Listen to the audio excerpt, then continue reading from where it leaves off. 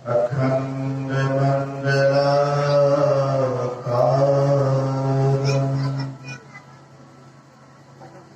व्याप्तमेन चराचरम् तत्पदं दर्शितं येन तस्मै श्रीगुरुवे नमः। धन्य धन्य सद्गुरु सुखदा महिमा कही न जाए। जो कछु कहा तुम्हारी कृपा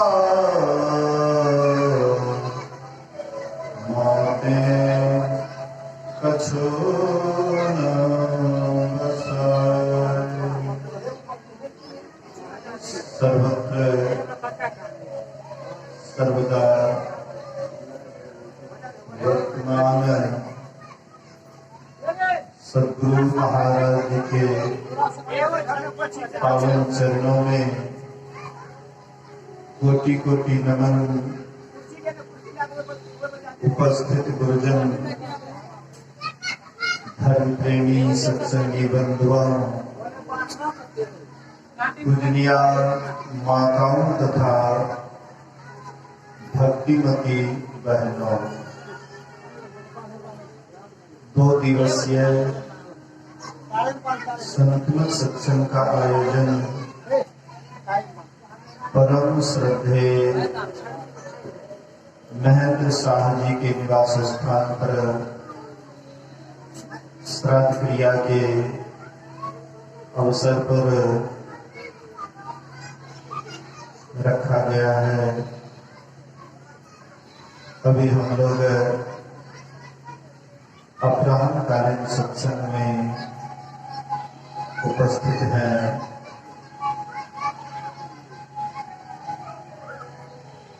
श्रवण कर रहे थे गोस्वामी तुलसीदास जी महाराज द्वारा रामचरितमानस से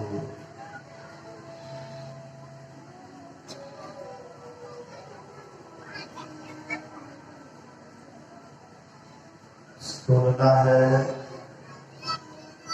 समझना है और अपने जीवन में उतारना है।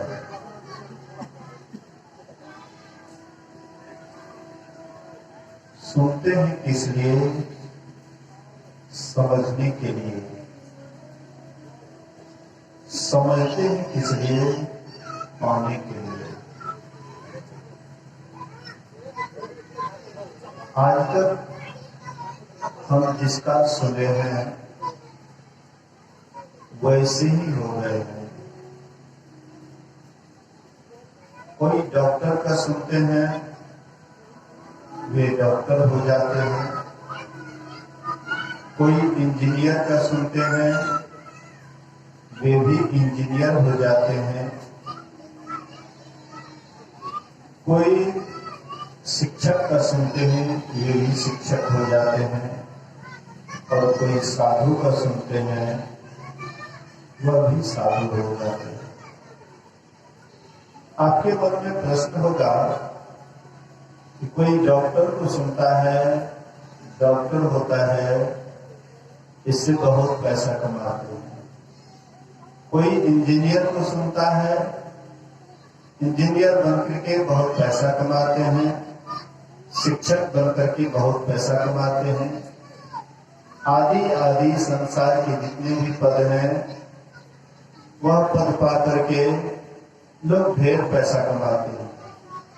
लेकिन साधु बनने से क्या फल मिलेगा? सबसे पहले हम लोग चाहते क्या है? गुरु महाराज जी प्रचार के क्रम में कहीं सफर कर रहे थे।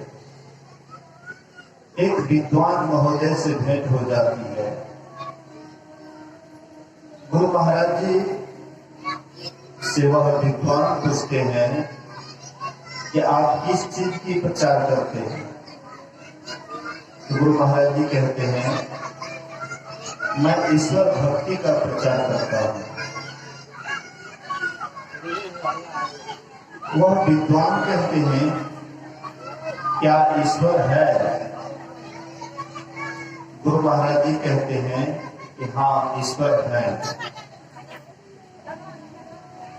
विद्वान कहते हैं, मैं ईश्वर को नहीं मानता हूं। गुरु महाराज जी कहते हैं, मत मानिए। तो वे विद्वान कहते हैं कि मेरे लिए आपका क्या प्रचार है? गुरु महाराज जी कहते हैं कि आपको क्या चाहिए? विद्वान कहते हैं कि चाहना का कोई अंत है, बहुत सी चाहना है।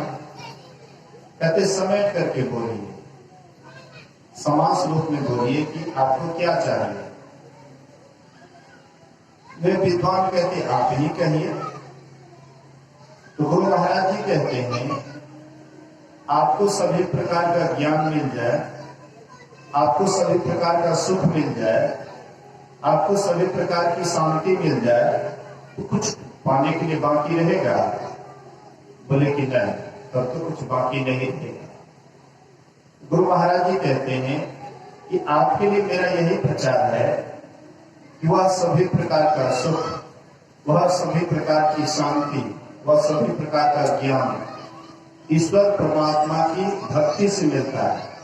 जब भक्ति के अंत में जाइएगा तो वह परमात्मा को प्राप्त करके आपको सभी प्रकार का ज्ञान, सभी प्रकार का सुख, सभी प्रकार की शांति मिल जाएगी। फिर आपको पाने के लिए कुछ भी बाकी नहीं रहेगा। इसलिए संतमत का प्रचार है कि हम आप उस सभी सदा के लिए शांति और सुख चाहिए। तो इसके लिए संत महापुरुष कहते हैं कि हम आपको भी सत्संग करना पड़ेगा, साधु की बात को सुनना पड़ेगा। साधु की बात को सुनिएगा, आप भी साधु हो जाइएगा। भक्त की बात को सुनिएगा, आप भी भक्त हो जाइएगा। संसार में जितने पद हैं, एक दिन वह पद रद्द हो जाता है, वह पद छीन लिया जाता है। लेकिन ईश्वर भक्ति का जो पद होता है, भक्त का जो पद होता है, वह कभी रद्द नहीं होता है, वह कभी समाप्त नहीं होता है। इसलिए महापुरुष कहते हैं, इसके लिए पहले सुनना है, और सुनना जैसे तैसे नहीं। जैसे तैसे का आप सुनिएगा, आप भी जैसे तैसे ही रह जाइएगा। महापुरुष का सुनिएगा, आप भी एक दिन महापुरुष बन जाइएगा। इसलिए सुनना है, लेकिन गौर से सुनना है। सुनना है और आनंदित मन से सुनना है। जैसे कोई बच्चा है,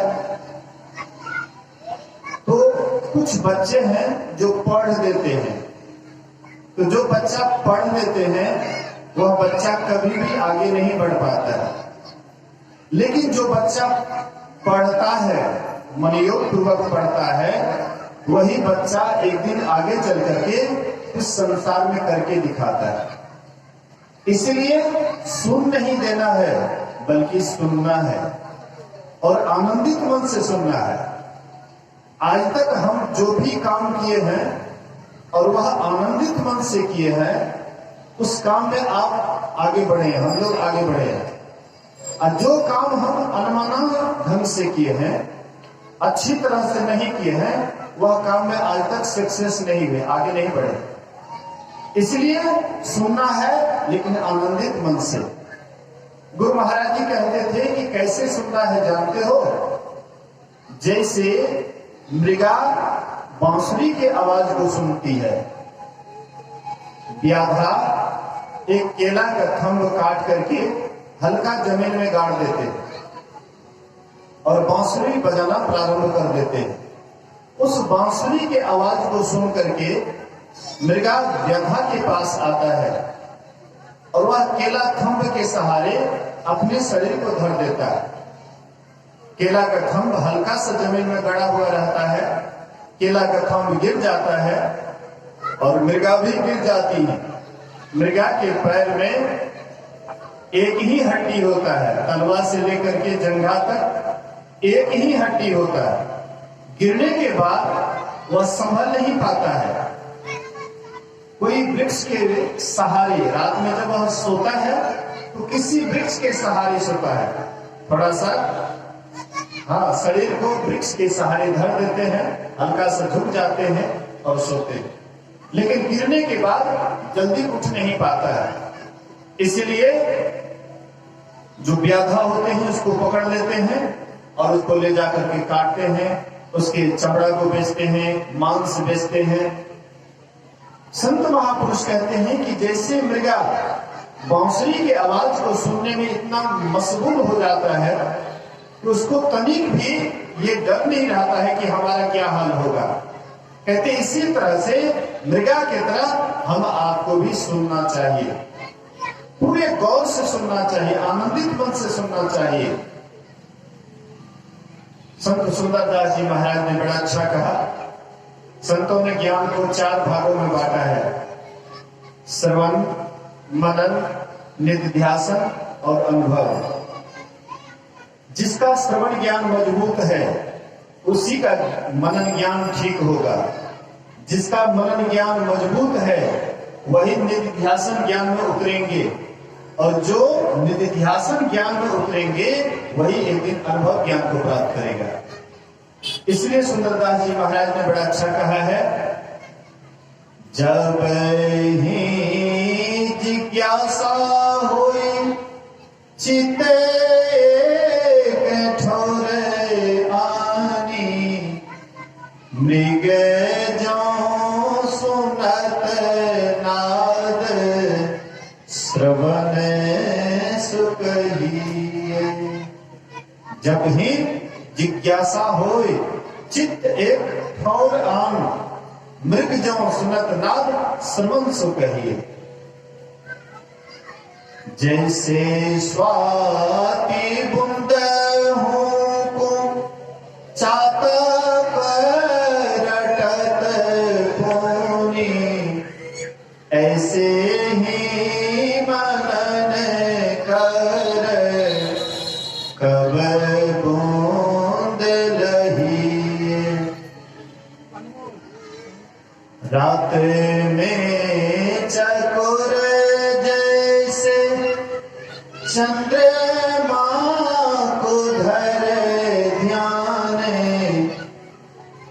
ऐसे जानी निधि ध्यासन दृढ़ कर गही। यह अनुभव यह कहिए साक्षात्कार, सुंदर पारित गले पानी हो रही है। कहते हैं जब ही जिज्ञासा हो चित्त एक ठोर आने, मृगजम सुनत नाद श्रवण सुकहिए। जैसे मृगा बांसुरी की आवाज को सुनती है, कहते इसी तरह से सुनना चाहिए। श्रवण ज्ञान मृगा के तरह होना चाहिए। एक बार कुप्पा घाट में जब गुरु महाराज जी विराजमान थे, उनके दर्शनार्थ सत्संग सुनने हेतु पटना से इंजीनियर साहब और उनकी पत्नी, 2 छोटे छोटे बच्चे भी उनके साथ में थे। वे आए कुप्पा घाट रविवार का साप्ताहिक सत्संग में भाग लेने के लिए। दोनों पति पत्नी यहाँ पर सत्संग सुन रहे हैं और दोनों बच्चा का स्वभाव बंदर का स्वभाव एक जैसे होता है। तो बच्चा खेलते खेलते चला जाता है नदी किनारे, गंगा जी के किनारे। देखते हैं और आदमी स्नान कर रहे हैं, ये दोनों बच्चा भी स्नान करने लग जाता है। तो जो बड़ा बच्चा था होशियार था, वह तो किनारे में स्नान कर रहा था, लेकिन छोटे बच्चा को उतना होश हवास नहीं था, इसलिए स्नान करते करते कुछ ज्यादा पानी में चला गया और पानी के बहाव में वह बहने लगा। बहने लग जाता है बहाव में, तो बड़ा बच्चा दौड़ करके गए अपनी माँ के पास, कहते मम्मी मम्मी छोटा बाबू पानी में डूब गया, छोटा बाबू पानी में डूब गया। इंजीनियर साहब की पत्नी कहती है सुनिए छोटा बाबू पानी में डूब गया। इंजीनियर साहब कहते हैं देखो अभी गुरु महाराज जी का प्रवचन चल रहा है, इसलिए सुनने में बाधा मत डालो, हाँ हमें सत्संग सुनने दो, प्रवचन सुनने दो। माँ है, माँ का हृदय तो बड़ा कोमल होता है, थोड़ी देर रहती है उसके बाद कहती है नहीं सुनते हैं, छोटा बाबू पानी में डूब गया, उठिए चलिए देखने के लिए। फिर इंजीनियर साहब कहते नहीं सुन रही है, गुरु महाराज जी का प्रवचन हो रहा है, चुप रहो, बाधा मत डालो। फिर वह तीसरी बार कहती है छोटा बाबू पानी में डूब गया, आपको सत्संग सुनने में है? थोड़ा सा उदाहरण ध्यान दीजिए ना, डांट करके बोलते हैं। मैंने कहा ना गुरु महाराज जी का अमृत वचन हो रहा है, इसलिए बाधा में डालो, चुप रहो। डांट दिए वह चुप हो जाती है। जब गुरु महाराज जी का प्रवचन समाप्त हुआ, आरती होती है, तब इंजीनियर साहब उनकी पत्नी खोजने के लिए चले बच्चा को। खोजते खोजते बढ़ते बढ़ते बड़ाड़ी घाट के पास उधर गए, जहां पर अभी पुल्ला बना हुआ है, उधर गए। जाते जाते वह बच्चा बीच नदी में एक टापू था, बालू जमा हुआ टापू था, वह बच्चा उस टापू पर आराम से बैठा हुआ था। इंजीनियर साहब की पत्नी नाव से गए वहां पर, बच्चा को देखा बिल्कुल सुरक्षित। कहते हैं बाबू जब तुम पानी में डूब रहा था तो क्या सोच रहा था? तो वह बच्चा कहता है कि मैं एकी दुखी सत्संगी का बच्चा नहीं हूं, मैं गुरु महाराज से प्रार्थना करने लगा, गुरु महाराज बचाइए, गुरु महाराज बचाइए, गुरु महाराज बचाइए। मैं इसी तरह से पानी के बहाव में बहता गया और अचानक ऐसा पानी का हिलोरा आया, लगा कि कोई हमको उठा करके बालू पर रख देते। मैं बालू पर आराम से बैठा हुआ हूं, बिल्कुल सुरक्षित हो, मैं कोई दिक्कत नहीं हुआ।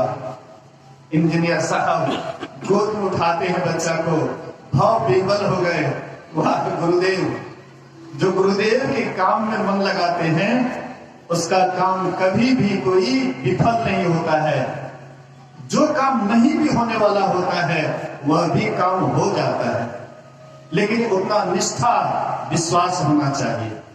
लेकिन हम आपको उतना विश्वास कहां, उतनी निष्ठा कहां। थोड़ा सा अगर अगल बगल में खटखुट हो जाए तो हम लोग यहां से तुरंत उठ करके चल देंगे। विश्वास ही फलदायक होता है। जिनके अंदर में जितना प्रगाढ़ विश्वास होता है वह उतना ही आगे बढ़ते हैं। मानसी के पास जिला वार्षिक चल रहा था, पूज्य गुरुदेव उसमें आए हुए थे। एक पति पत्नी दोनों अच्छे सत्संगी थे, एक छोटा बच्चा था, उसको बोले कि तुम यहीं पर रहो, हम लोग जा रहे हैं सत्संग में। वह बच्चा को घर पर छोड़ दिए और दोनों पति पत्नी चले गए सत्संग में। उसके बाद वह बच्चा इधर उधर खेलते खेलते जंगल की तरफ चला जाता है। जंगल की तरफ जाता है, एक विषैला सर्प आता है और वह बच्चा को काट लेता है। तो वह बच्चा तुतली भाषा में कहता है कि हमारे माँ पिताजी चले गए सत्संग में तो गुरु महाराज जी हमको मरने दे देंगे। वह बच्चा कहता है कि हमारे माँ बाप चले गए सत्संग में तो गुरु महाराज जी हमको मरने दे देंगे। तुतली भाषा में बोलते हैं।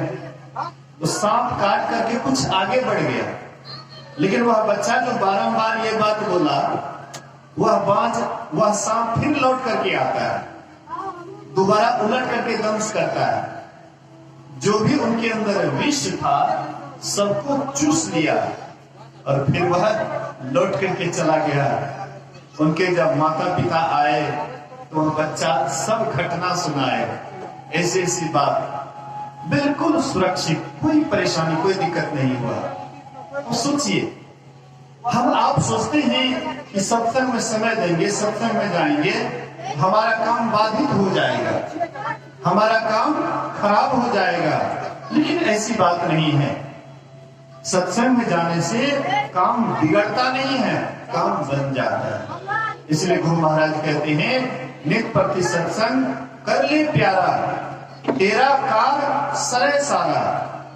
कहते हैं कि नित प्रति सत्संग करो, तुम्हारा जो बिगड़ने वाला भी काम है वह भी तुम्हारा बन जाएगा।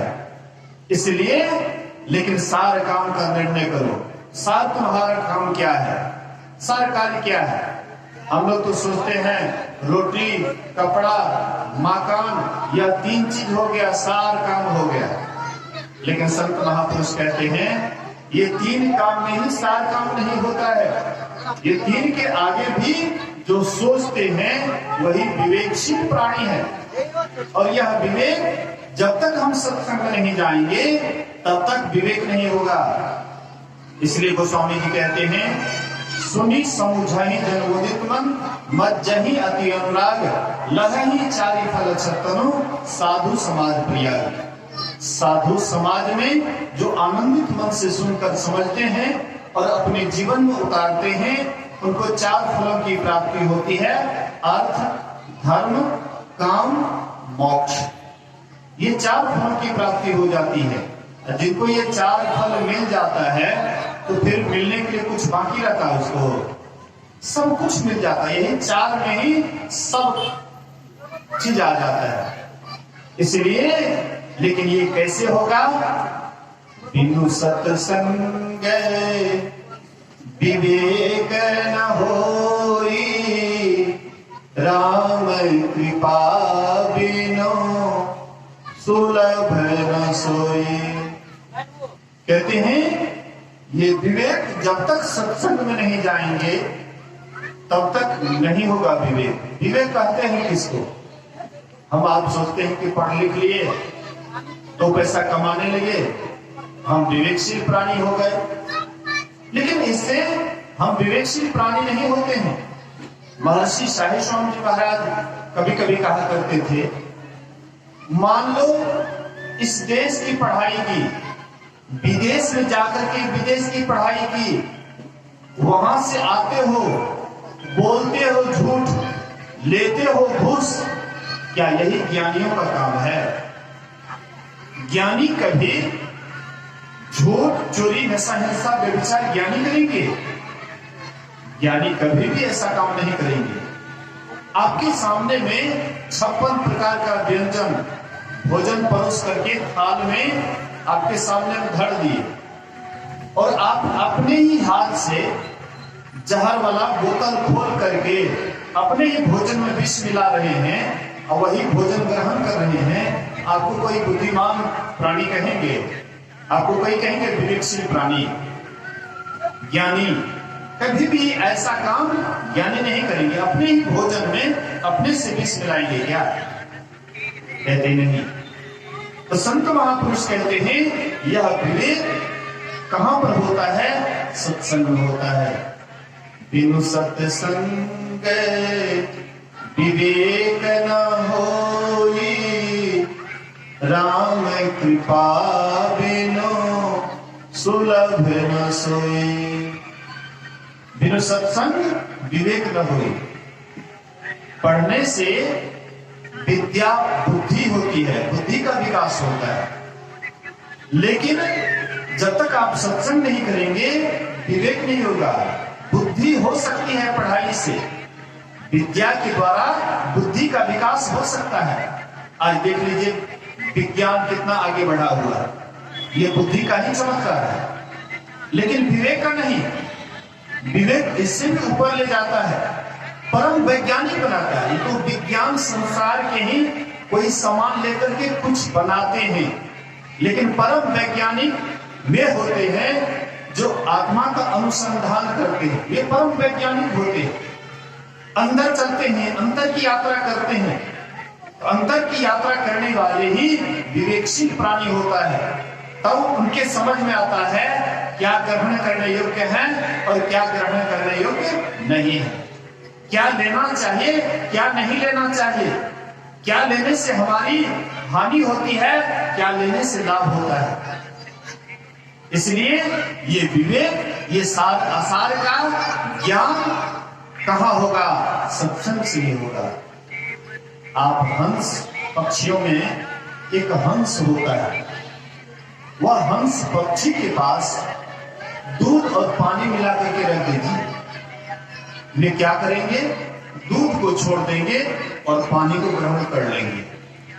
परमात्मा ने उनके मुंह में ऐसे खटास भर दिए हैं जैसे दूध पानी वाला में चोंच डालेंगे, दूध फट जाता है।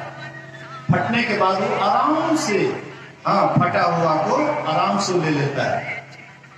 इसलिए महापुरुष कहते, संत महापुरुष कहते हैं, ये जो विवेक बुद्धि सार पकड़ने का ज्ञान जो होता है, ये सत्संग से होता है। सत्संग आपको हंस बनाता है। और जब आप हंस बन जाते हैं, जब आप सार को ग्रहण करने लग जाते हैं, जब आप आसार को छोड़ने लग जाते हैं, जब आप आत्मा का अनुसंधान करने लग जाते हैं, तब आप एक दिन हंस से परम हंस हो जाते हैं, परमात्मा को प्राप्त कर लेते हैं। आप परम हंस हो जाते हैं। गुरु महाराज जी हंस से परम हंस हो गए। रामकृष्ण परमहंस जी महाराज